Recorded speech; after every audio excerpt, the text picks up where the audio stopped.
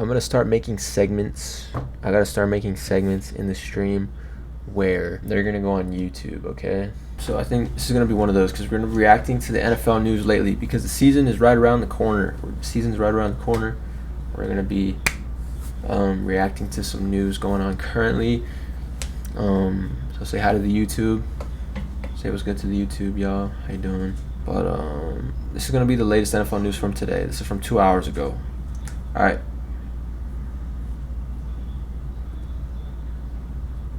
Let's lock in on ESPN.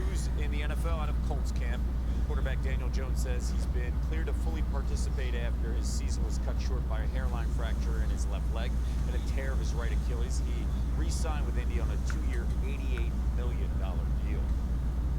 As promised, Ben Solak back with us now. This is good news for Daniel Jones, but this feels very fast for a return. What do you expect to see out of Jones as we inch closer to the season? I expect to see a shadow of himself. When we've seen quarterbacks come off these Achilles injuries, and especially on that right foot, remember that's the plant foot when you're dropping back right-handed quarterback.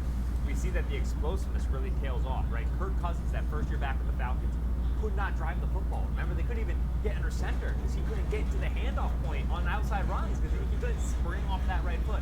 Aaron Rodgers has never been less mobile in his career than he is right now. Now, certainly, Jones is younger than those two players, but when you're coming back from an Achilles off of a 9-month layout, like, we're talking about a physical recovery that tends to take more like 15 to 18 months to really get back to form. So in season, I don't think Jones is going to be particularly spry, and that's a very big deal because over the course of his career, good Daniel Jones, bad Daniel Jones, historic Daniel Jones last year, pressure has always been an issue. It's always been his response to getting quick heat up the middle from the blitz, how he moves in the pocket. Now, if you limit his athleticism, it's going to dramatically negatively affect his play against pressure. So I'm concerned about the Jones we see in September and October. Okay, maybe some concern. I don't know how to feel about that. Simply just saying, because okay, well, it's honestly surprising to me too. It's surprising that Daniel Jones is cleared to practice already when last season he got hurt early on in the season. Not early on in the season, it was like middle of the season he got hurt. And, to see that he's cleared now, obviously recovery processes or like the recovery timeline for injuries like this are very long. But, obviously with the advancements in modern medicine and recovery, surgeries and all that, we see athletes come back from injuries that are seen to be like, long-term recovery processes. They come back a lot sooner than expected. I think that's something we saw last season, not in the NFL, but if you look at towards the NBA, Jason Tatum, obviously, I think he tore his Achilles like middle of the season as well, but the NBA is a longer season, obviously. He was able to come back last season for the Celtics and play for a little bit. And then, Aaron Rodgers, when he tore his Achilles with the Jets, there was rumors, there was speculation, sources saying that, he might come back later in the year, that he was working towards it. But, he said, of course, he would only come back if the Jets were having a good year. And obviously they didn't have a good year that year, so he didn't come back. But, it was almost seen possible to come back in the same season you tore your Achilles by Aaron Rodgers. So with Daniel Jones being cleared to play, practice, coming off of his Achilles injury, it's surprising, but it's not surprising. And then what this guy was saying to my right, what this guy was saying, when we saw Kirk Cousins come back from his Achilles injury, he wasn't as explosive off of his plant foot, because it was his plant foot that he tore his Achilles. He wasn't as explosive, and as a quarterback, you need that explosiveness from like that plant leg to, get some torque off to be able to throw the ball well, So honestly, we'll see how it goes. I think the Colts have a decent squad this year. I'm pretty sure they still have Jonathan Taylor. They signed Alec Pierce to a lot of money. They got Josh Downs, Tyler Warren, tight end. Obviously, they don't have Michael Pittman Jr. anymore. But, we'll see how Daniel Jones plays this year. Those are just my honest thoughts. I think, I just say good luck to you Colts fans. Hopefully he is healthy and he plays well. But we'll see. Here on the developing story just coming in the Sports Center. Sources telling ESPN that Buccaneers nose tackle Vita Vea has requested a trade. Now, This was surprising. Honestly, I got this alert on my phone earlier and I didn't know what to think of it. I was like, what the heck? Vita Vea has been with the Buccaneers for the longest time. I kid you not. He's been with the Bucs for a long time, and I didn't even know that they were having contract issues. I didn't even know that he was getting a new contract. I thought he was still playing on his current contract. Didn't know nothing about it, so when I saw this, I didn't really read up on it much just because, like I said earlier, I was doing some personal stuff. But I want to hear more about this. I need to know He's more. a two-time Pro Bowler. There's a hold in that mandatory minicamp after talks on a contract. Okay. So he's just the latest Tampa player unhappy with his deal. Now, Baker Mayfield is in the same boat, but hasn't yet asked for a trade. What do you make of this request from Vita Vea? This is not surprising. Vea's been playing on a big contract here for multiple years with those big base salaries. We see most NFL teams restructure those salaries for void years, right? The Bucs haven't done that with Vea, which indicates that they want the flexibility to potentially not extend him and let him hit free agency. So $17 million in base salary sitting on this last year of his deal. Now, if I were Vita Vea and I was one of the two best nose tackles in football, and the other guy, Dexter Lawrence, got traded for the 10th overall pick like 3 months ago, I also would be saying, hey now, I think I'm pretty valuable here in the league. There's only two guys, Kevin, who are significant pass rush threats from the nose tackle. It's Lawrence and Vea. The issue for Vea is he's 3 years older. He's 31 years old. Lawrence was 28, already kind of pushing his prime.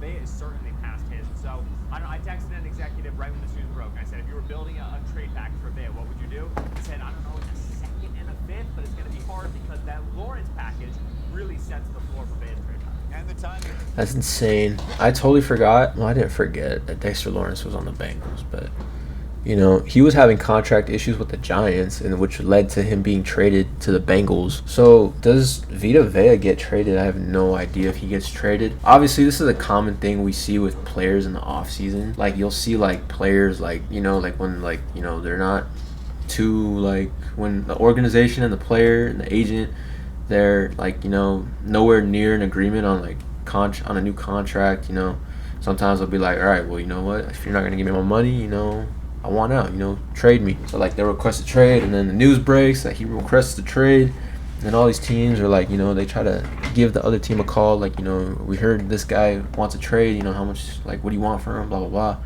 And sometimes they do get traded, Dexter Lawrence, for example, and other times they get a new contract. So it's kind of like leverage, I guess. Is that the right term? I have no idea. But, yeah, honestly, I'm excited. I want to see how this unfolds. And then I don't know where Vita Vea would go. I don't know where he would get traded to. A team that needs a D tackle, off the top of my head, I couldn't give you one. Unfortunately, not the Steelers. It would be awesome to have Vita Vea on the Steelers, but we have a good amount of defensive tackles, so we don't need him. If we do end up getting him, I mean, I'd be happy, but I don't know. I don't know where he would go. Right now, right? To make this request right now, right before training camps are underway. We'll see how this plays out, Ben. Yeah. Definitely not a division rival, though. Continues at Rams camp after trading for the reigning defensive player of the year, Myles Garrett, and already having an offense led by MVP Matthew Stafford. The Rams are favored to win it all this year, and that's without possibly adding another former defensive player of the year in Aaron Donald. Head coach Sean McVay talked about that possibility today. This is his decision. He's earned the right to be able to do it on his terms, and that's why I think you guys are seeing us take this approach. But I did not ever really think this would be something. But I'm not going to sit here and act like I'm not excited about the possibility. Jeff Darlington back again. Okay, it sounds like this could maybe possibly happen. What are you hearing about a potential return of Aaron Donald to the Rams? Well, it depends. Imagine Aaron Donald does come back. The Rams is trying to be very cautiously optimistic about the situation. Aaron Donald himself has not said that he is definitively coming back. Everybody in the Rams facility is saying, both please come back, but also... First of all, I just want to say, I like how this all started because freaking Myles Garrett got traded to the Rams. Like, literally, this is how this all started. Before that, no one talked about Aaron Donald coming back to play football. I'm, like, so real. Like, no one talked about him coming back to play football. That is until after Myles Garrett got traded to the freaking Rams, and they were like, oh, what if he comes out of retirement and, him and Myles Garrett, like, it'll be unstoppable. Obviously, that's an idea. But no one talked about Myles Garrett, Aaron Donald coming back until after the Rams traded for Myles Garrett. You're with open arms if you decide that, in fact, you want to continue to resume your NFL career. Donald, for his part, if you talk to people around him, it feels like this is a situation he definitely does not want to get to training camp right at the start of it. A longtime veteran who knows how to play this game. So I would say that if this is going to happen, it would probably happen mid-August, maybe even late August, just to give him enough time to get ready for that week one game. As people in the Rams have said, July, love to have him during the season. Okay, so that's a big fat TBD. That's the Rams. Let's stay in the NFC West. Training camp is underway for the 49ers, but only in a limited role for Kyle Shanahan. Chris Forrester will lead San Francisco through practices to begin camp as Shanahan recovers from injury sustained on a July 14th car accident. He suffered a concussion, among other injuries, in that accident. Jeff, what else can you share about his status and eventual return to the field? Well, those other injuries were pretty significant, even if not life-threatening, as the team did say. We can talk about some of them. He suffered injured ribs, fractured ribs, a broken arm, a broken nose, 40 stitches in his face, and, as you said, a severe concussion. Is the concussion... Guys, that's crazy, bro. Honestly, prayers up for Kyle Shanahan, obviously. But, when I first heard about, him getting in a car accident, I was like, damn, that's very unfortunate. And then when I heard more and more about it, like, the injuries he sustained, I'm like, damn. But when I heard the 40 stitches in his face part, I'm like, that's when I was really like, damn. Obviously you don't want, like, if you're lucky enough to, come out of something like that unscathed, good for you. Like, God is good, But, unfortunately, he did sustain some, severe injuries. That includes, like, what they just said, some broken ribs, broken arm, severe concussion. Like, that's very unfortunate. I don't think this will affect the 49ers too much. I still think, as a head coach in the NFL, you should have some, you should have a good staff, a great support system. You should have built a great staff, to support you if you're not there. I think with, his reputation, the 49ers have always been a good team. 49ers have been a good team over the last couple years. There were some years where they weren't, but, obviously that was their injury problems. But, Kyle Shanahan's never the problem, I think. Kyle Shanahan is a good coach. He was a good offensive coordinator. Sure, he's lost a couple Super Bowls. That's including one with the Falcons. Yes, he was the offensive coordinator for the Falcons when they lost that Super Bowl, 28-3. But, I think the 49ers are, set up in a good spot to, still be successful. Obviously, on my screen right now, I have it paused. They got Mike Evans this offseason. Brock Purdy is a good quarterback that gets the job done for y'all. Y'all got Christian McCaffrey still, George Kittle, Ricky Pearsall, started breaking out this last year. So it's expected of him to have a good year. Draft picks, I think they didn't really do too much in the draft. They got a receiver from Ole Miss. Pretty sure it was from a receiver from Ole Miss in the draft. I'm not too sure. I haven't really taken a look at their depth chart. And then their defense is still really well. Defense is still awesome. They're getting Nick Bosa back. Obviously, they got Fred Warner. I wouldn't stress too much about it, obviously, but you should still show some, still send prayers and have some concern for something like this. Not that I'm trying to say that it's that this should be like not discussed or like a main focal point, but it's just good. It's a good thing that Kyle Shanahan's okay. Something like that is very dangerous, and so. Like I said, prayers go out to him and the family, praying for a successful recovery, and that's all I got to say about that. But it's very unfortunate what happened.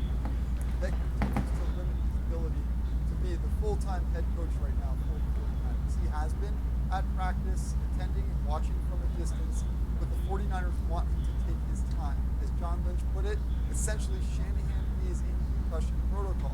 They want him to heal, and this is 2 weeks out from this accident when he had this head-on collision near his home, near the 49ers stadium. A very significant, serious injury, and something that the 49ers are also. All right, San Francisco opens the preseason on August 13th. This is in just about 2 weeks. Jeff, thank you. We'll keep our eye on that one. All right, so that was the latest news in the NFL. I don't know what else there is to react to as far as NFL news goes. I think that was pretty much it.